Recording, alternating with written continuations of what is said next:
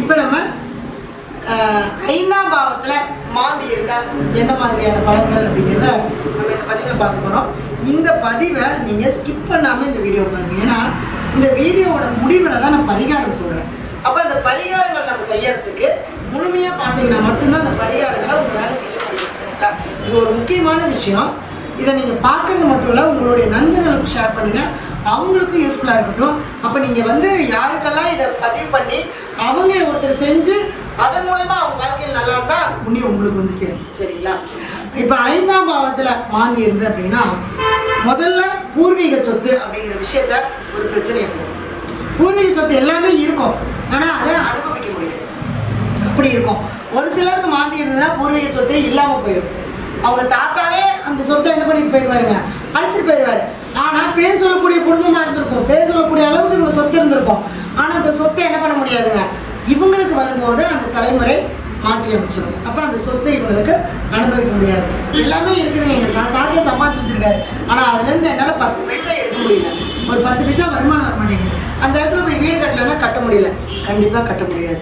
அப்போ ஒருவேளை ஒரு சிலர் என்னால் அந்த பூர்வீகத்தை விட்டுட்டு போகவே முடியாதுங்க, நான் இங்கேயே தான் இருப்பேன்னு சொல்லி அந்த வீட்டை கட்டிட்டாங்க அப்படின்னா அதுக்கப்புறம் அவங்களுடைய வளர்ச்சி அப்படிங்கிறது இருக்கு. என்ன இருக்காரோ அதுலேயே தான் வாழ்ந்துட்டு இருப்பார். அடுத்த லெவலுக்கு போக முடியாது. 4000 சம்பளம்னா 4000 இருப்பார், 10,000 சம்பளம்னா 10,000 இருப்பார். அதுக்கு மேலே 1 ரூபா கூட சம்பாதிச்சு அந்த வளர்ச்சி அப்படிங்கிறது இருக்காது. ஏன்? அவருடைய பூர்வீகத்தில் அவர் இருக்காரு, அதனால வளர்ச்சி இருக்காது. அடுத்தது குழந்தை பிறப்பு, அடுத்தது காதல். ஃபஸ்ட்டு காதல், அந்த வயசுக்கு தகுந்த மாதிரி சொல்லிட்டு வரேன். அப்போ காதல் அப்படிங்கிற ஒரு விஷயம் கண்டிப்பாக பிரச்சனை கொடுக்கும். ஒரு சிலர் சொல்லுவாங்க, நான் 7 வருஷமா 8 வருஷமா லவ் பண்ணுங்க. என்கிட்ட போன வாரம் வந்த ஜாதகம் 7 வருஷமா லவ் பண்ணோம், எல்லாம் பொண்ணு கேட்டு வீட்டில் எல்லாம் ஃபிக்ஸ் பண்ணி துணிமணி எடுத்து மண்டபமெல்லாம் ஃபிக்ஸ் பண்ணி 20 நாள் இருக்கு, கல்யாணம் நின்று போச்சு. ஏன்? இந்த 5ஆம் இடத்துல மாறி இருந்தால் கண்டிப்பாக காதல் தோல்வி வந்தே தீரும். எல்லாமே நல்லா இருக்கிற மாதிரி இருக்கும், அந்த காதல் அப்படிங்கிறது கடைசியில் கஷ்டம் போயிடும். சரி, மீறி கல்யாணம் பண்ணிட்டாங்க, அந்த காதல் ஜெயிச்சிருச்சு. நான் இவரை தான் கட்டிப்பேன், இந்த பிள்ளை தான் கட்டிப்பேன், இந்த பையன் தான் கட்டிப்பேன்னு கல்யாணம் பண்ணிட்டாங்க. கல்யாணம் பண்ணதுக்கப்புறம் அப்படியே காதல் டோட்டலாக மாறி.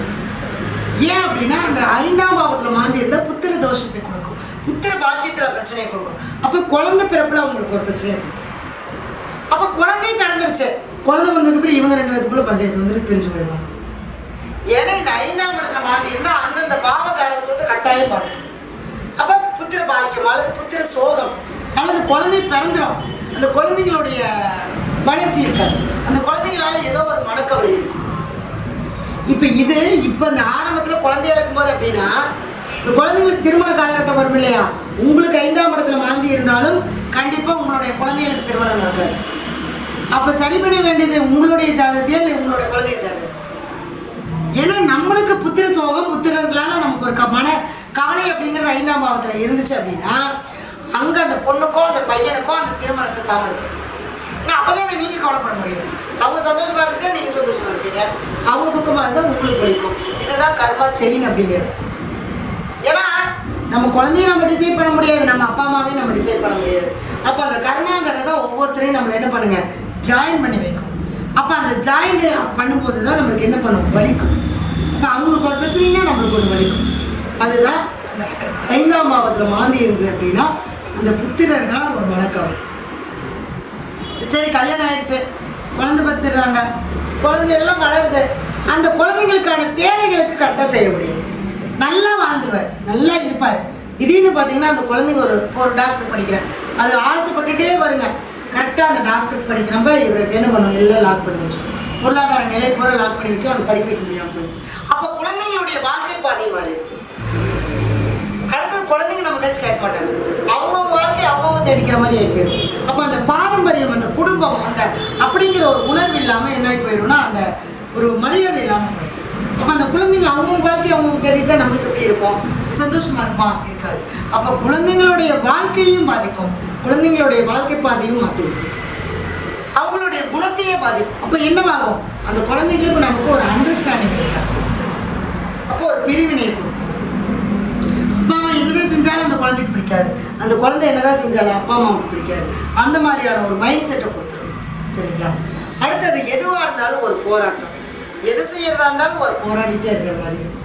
அதே மாதிரி இந்த 5ஆம் இடத்துல மாந்தி இருந்தாலும் கொஞ்சம் ஹார்ட் ப்ராப்ளத்துக்கு கொஞ்சம் வழிவிடும். அது வந்து அதுவும் அந்த 5ஆம் பாவத்துக்கு ஏதாவது கெட்டு போயிருந்தாலோ அல்லது சூரியன் ஏதாவது சம்மந்தப்பட்டாலோ கண்டிப்பாக ஹார்ட் ப்ராப்ளத்துக்கு கண்டிப்பாக கொடுக்கும். அதனால் இதெல்லாமே நம்ம பார்த்து என்ன பண்ணிக்கணும், சரி பண்ணிக்கணும். சரிங்களா? அடுத்தது வந்து பார்த்தீங்க அப்படின்னா 5ஆம் பாவத்தில் மாந்தி இருந்தால் என்ன பண்ணணும் அப்படின்னா, உங்களுடைய பூர்வீகத்தில் தான் இந்த கர்மா இருக்குது. அதாவது உங்களுடைய பூர்வீக சொத்துல ஏதாவது ஒரு பிரேதத்தினுடைய அந்த ஆத்மா சாபம் அந்த இடத்துல கட்டாயம் இருக்கும். அதனால தான் அங்கே என்ன பண்ண முடியாதுங்க, அந்த பூர்வீக சொத்தை அனுபவிக்க முடியாது. அந்த ஆத்மாவாகப்பட்டது உங்களுடைய அந்த சொத்தை அனுபவிக்கிறதுக்கு விடாமையே கஷ்டப்படுத்திக்கிட்டே இருக்கும். அப்போ அதுக்கு வந்து நீங்கள் என்ன பண்ணணும், அதை சாந்தப்படுத்தணும், அதை அமைதிப்படுத்தணும், அதுக்கு நிவர்த்தி பண்ணணும். அப்போ தான் என்ன நடக்கும், நமக்கு அந்த கர்மாவிலேருந்து வெளிப்படும்.